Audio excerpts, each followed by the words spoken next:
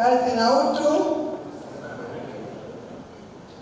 Mheshimiwa Dr. Mwigulu Lameck Nchemba, Waziri Mkuu wa Jamhuri ya Muungano wa Tanzania.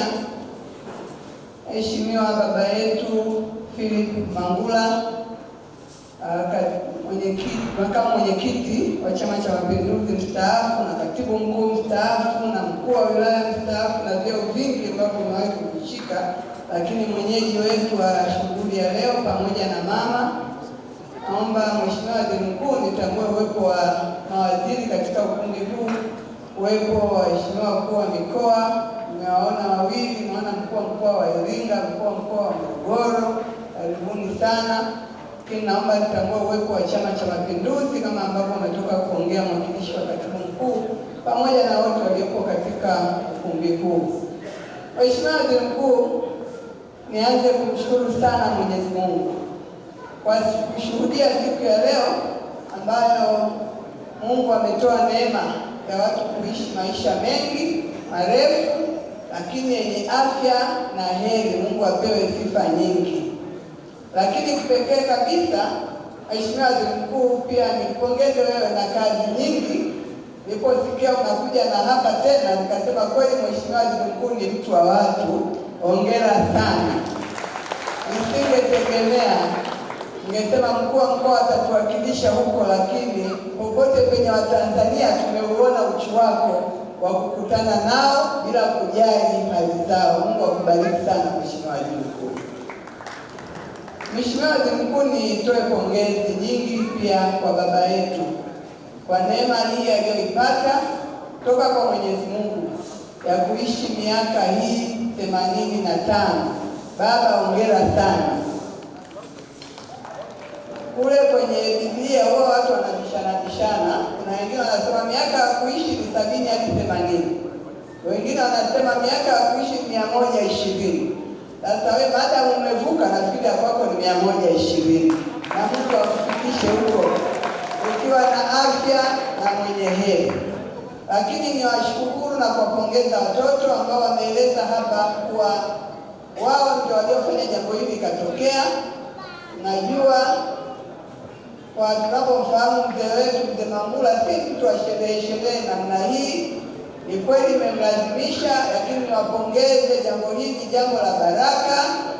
Sijui kama kuna siku wajifanyia sherehe ya kufurahi namna hii, lakini kwa maisha haya ilikuwa hatuna budi wengine kushirikiana naye kushuhudia neema ya Mungu ambayo Mungu ameifanya kwa ajili yake. Hongereni sana. Mheshimiwa Waziri Mkuu,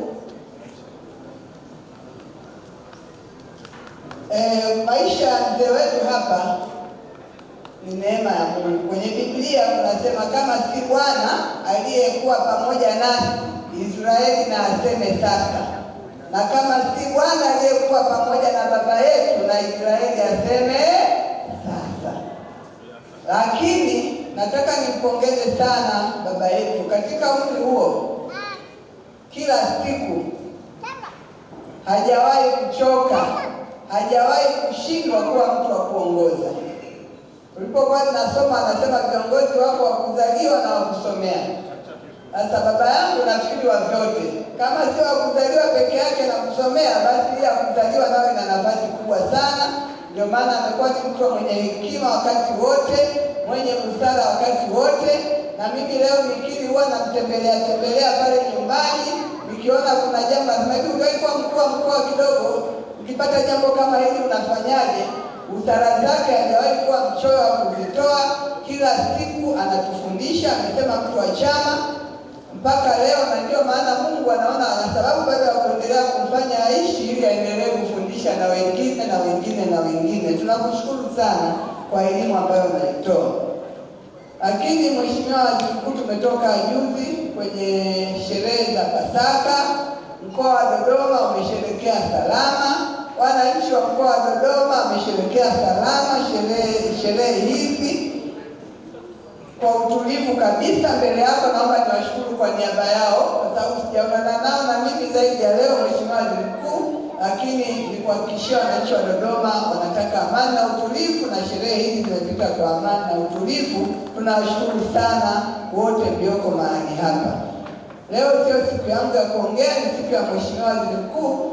Naomba nichukue nafasi hii kukutakia maisha marefu zaidi, yenye furaha, yenye amani, yenye upendo. Mungu aendelee kuwa na wewe, azidi kupa furaha siku zote. Na kama kuna jambo muda ambao tutajaliwa kuwa Dodoma na wewe uko Dodoma, basi tuko tayari kushirikiana na wewe ili uendelee kufurahia kuwa mwananchi wa Dodoma. Mungu akubariki sana, asanteni. Kazi na utu. Naomba makofi mingi sana. Burudani.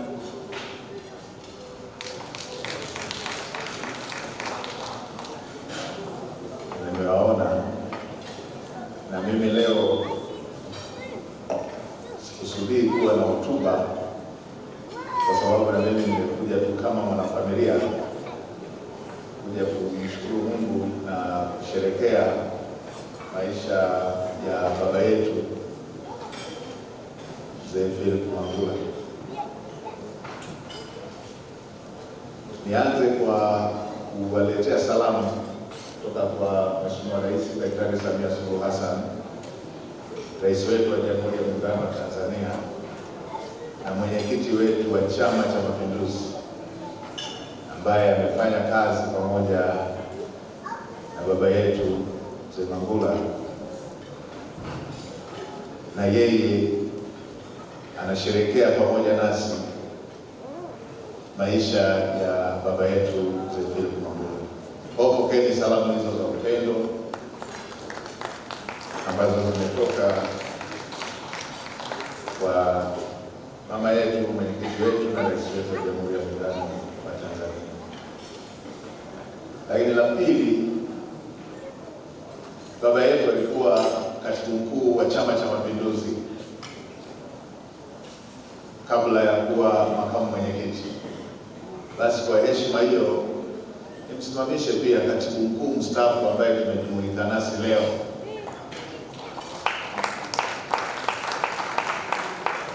Daktari Bashiru Ali Nakuru. Nadhani kwa muda mrefu pia ndugu Bashiru akiwa katibu mkuu, baba yetu Mwalimu Philip Mangula alikuwa makamu mwenyekiti. Wamefanya kazi kwa kipindi kirefu pamoja. Lakini nimemwona pia kaka yangu kwa mkoa wa Makongoro Nyerere.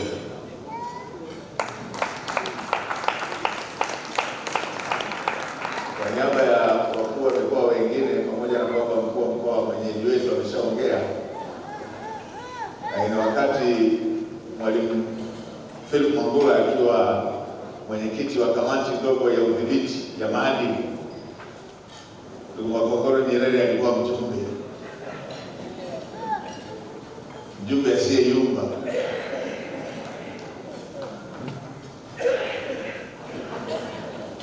Ningeweza kutambua wengi, lakini kwa maslahi ya muda, kwa sababu tumekuja kusherehekea maisha ya baba yetu, nisiwachoshe kwa hotuba, itoshe hivyo. Natambua na wengine, nadhani mkuu wa mkoa wa Iringa alikuwa mjumbe wa kamati kuu kupitia nafasi ya mwenyekiti wa vijana wa CCM Taifa. Kwa mbali na majukumu ya kiofisi, baba yetu ni mlezi, ni mwalimu. Mbali na yale majukumu rasmi ya kiofisi, baba yetu amekuwa mlezi. Kimoja ambacho hakijulikani sana, vipo vingi lakini mimi nitataja kimoja tu. Mimi nilipata kadi ya umoja wa vijana wa CCM nikiwa sekondari, wakati nasoma kule Ilboro.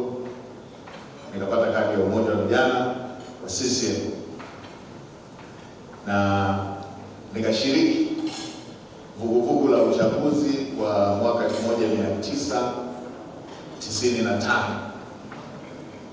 Na wakati ule pale Arusha aliyetusumbua sana alikuwa Makongoro Nyerere.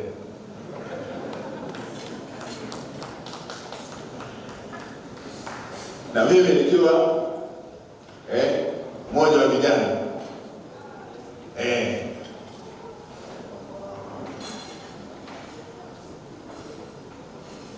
Hichi ndio ninachotaka kukisema sasa, ambacho hakijawahi kusema, ambacho hakijulikani.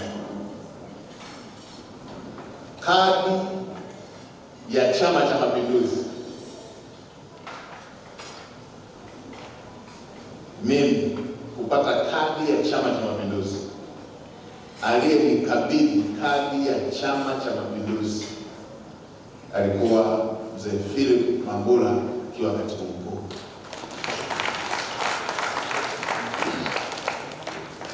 Sherehe hizo zilifanyikia ukumbi wa Anatokulu akiwa katibu mkuu wa chama, na wakati huo katibu mkuu wa tawi la Viani chuo kikuu akiwa mzee wetu mmoja anaitwa Ramadhani Mwaukuu. Na baada ya hapo baba yetu akaanza kunikomaza kwa kunituma mimi pamoja na vijana wengine tuliokuwa chuo kikuu kuratibu masuala ya wanafunzi na kurukuruti wale wanaoingia kwenye Chama cha Mapinduzi kupitia vyuo vikuu vilivyoko Dar es Salaam.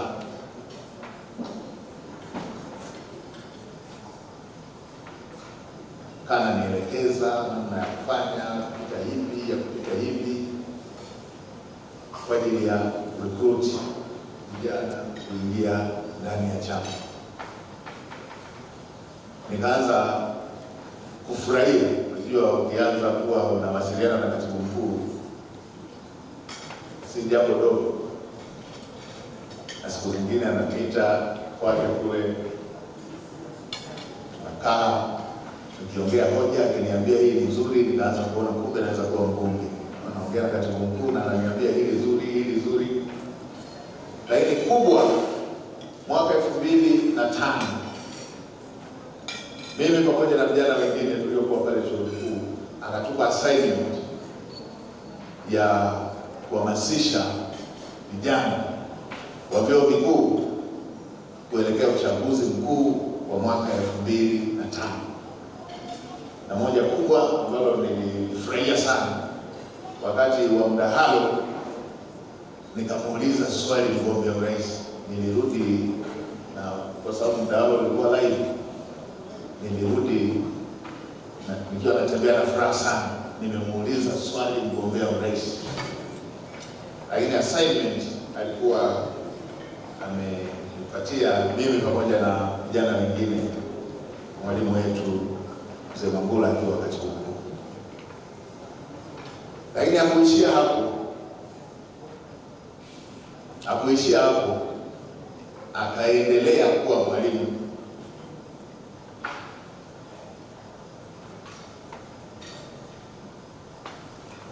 mlezi. Sasa likishatokea jambo unaanza kuona kwamba sisi Biblia huwa tunasema uombee kutajwa katika maeneo ambayo wewe haukutajwa kwa jema. Ilipofika mwaka nimekuwa mbunge, nimekaa miezi kama miwili mitatu, niko jimboni naendesha mikutano yangu Kiruga kwa sehemu kubwa. Usiku naambiwa unatakiwa Dodoma.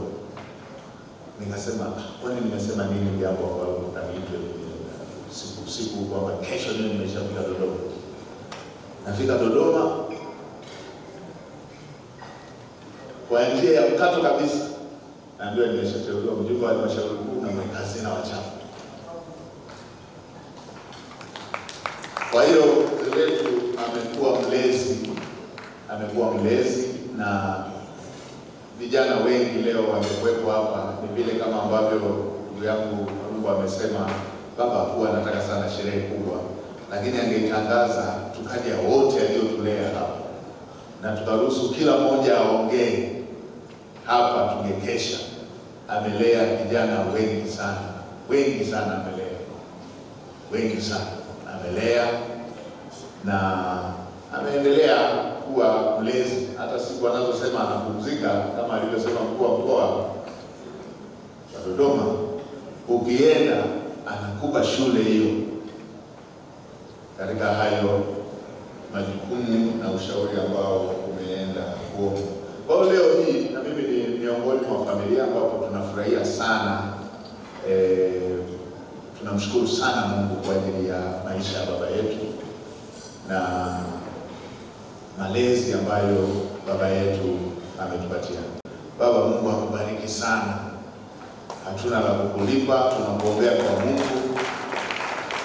Na nilipoambiwa nilisema nitamuomba Mungu ratiba hivyo ilivyo iwavyo.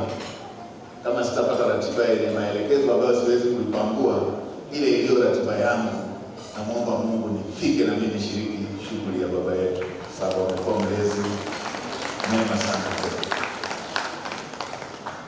mnyenyekevu,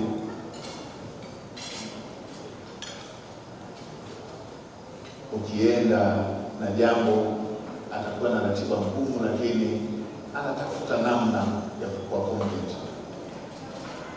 Hiyo ni moja ya sifa ambayo baba yetu amekuwa nayo. Lakini si hayo tu, mengine tumeyaona kwenye documentary hapa. Ametumbusha kama chama kwenye maeneo magumu. Kwa hiyo kama moja ya vijana wa chama, amekuwa role model wetu wa kutokutaaruki panapokuwepo na mambo magumu. Hana taharuki. Ndakumbuka wakiwa wanaendesha vikao vile, yeye akiwa katibu mkuu wa CCM na marehemu Maalim Seif Sharif, mikutano migumu, vikao vigumu ambavyo siku moja wakatoa ushuhuda pale ukumbi wa Nkrumah Hall. Alisema vikao vya kwanza walipoanza walikubaliana kuongea milango yote ikiwa wazi. Lakini bila taharuki, ambayo hiyo ni sifa kubwa sana ya kiongozi. Kwa hiyo amefanya majukumu hayo kwa uadilifu mkubwa. Lakini si hayo tu ya nje ya chama, hata ndani ya chama ameongoza.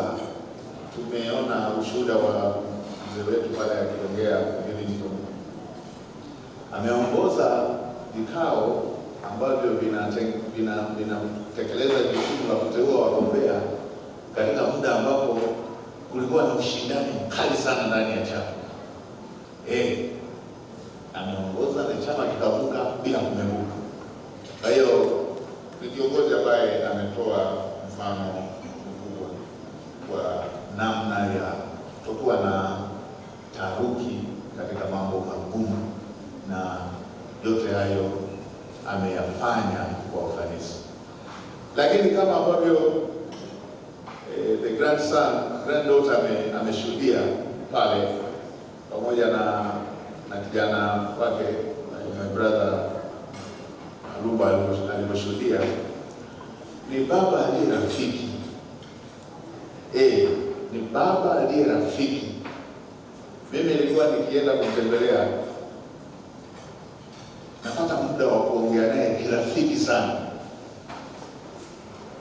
mpaka ananiambia na kuniambia anapendelea kula latte sasati. Kwa hiyo nikienda Singida naangalia latte na sasati kama zinapatikana. Baba rafiki. Ile imetujengea ujasiri wa kuweza kusema yale tunayowaza kwa uhuru, na tukishasema anatambua tunastahili ushauri gani. Kwa hiyo na yenyewe imetusaidia sana. Na kwa kuwa na kikosi cha hamasa kipo hapa kutoka kule mkoa wa Njombe, ilinifanya kwa ajili ya ukaribu na ili nijue ni mwanafamilia, mpaka nikajifunza na Kibena kidogo. Wabena mko? Mwewe. nakumbuka na kawimbo Nyungura msitu mnene. Simesha kupata? Nawe? Baadaye muimbe na wewe. Kwa hiyo leo ni siku ya kumshukuru Mungu na nisingetamani kutumia muda mwingi kwenye hotuba. Ni siku ya kumshukuru Mungu. Baba, tunaendelea kukuombea afya njema. Tunaendelea kukuombea maisha marefu. Tuendelee kunufaika na busara zako. Tuendelee kunufaika na ushauri wako. Tuendelee kunufaika na miongozo yako unayotupatia. Tutapata muda mwingine sisi kila wakati tunapopata fursa ya kuja kukuona, tutaendelea kuongea na kunufaika yale ambayo tunatamani kunufaika nayo. Kwa hiyo tunatamani tuyapate kutoka kwako. Asanteni nyote kwa kujumuika kuja kumshukuru Mungu kwa ajili ya maisha ya baba yetu. Asanteni sana wote. Makofi mengi sana. Tuendelee kupiga makofi. Unapokuwa kusimama tusimame. Asante, naomba wote muweze kuketi. Kiongozi wale ambao mna majukumu. Mheshimiwa mgeni maalum, tunakushukuru sana kwa ujumbe huo mzuri. Tumepitisha katika historia ndefu ambayo wengi tulikuwa hatuijui kwa ajili ya kuweza kuendelea na ratiba. Nikimwangalia leo Yolanda, wengi tunaweza msielewe. Yolanda namzungumzia Mama Mangula. Leo nimemuita kwenye jina la kinyumbani kabisa. Ninaomba sasa wewe umkamate baba, na wakati mnaponyanyuka na baba, nikuombe wale watoto wawili wa kiume wote tuje tuwasapoti wazazi kuja hapa mbele ili baba aongee na sisi na ninyi mkiwa pale karibu. Studio, sindikiza kwa muziki.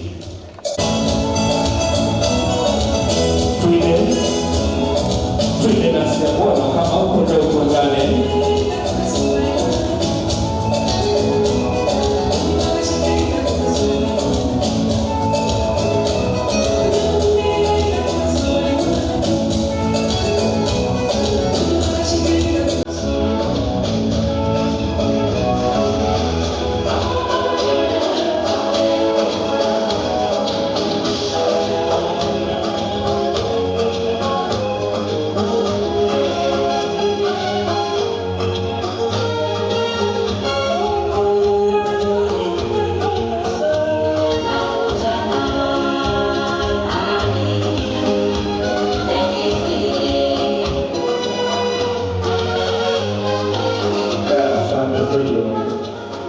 Alichokisema mzee Mangula sikukitarajia. Wakati anaanza kupanda ngazi, Marungu akataka kumshika, baba akasema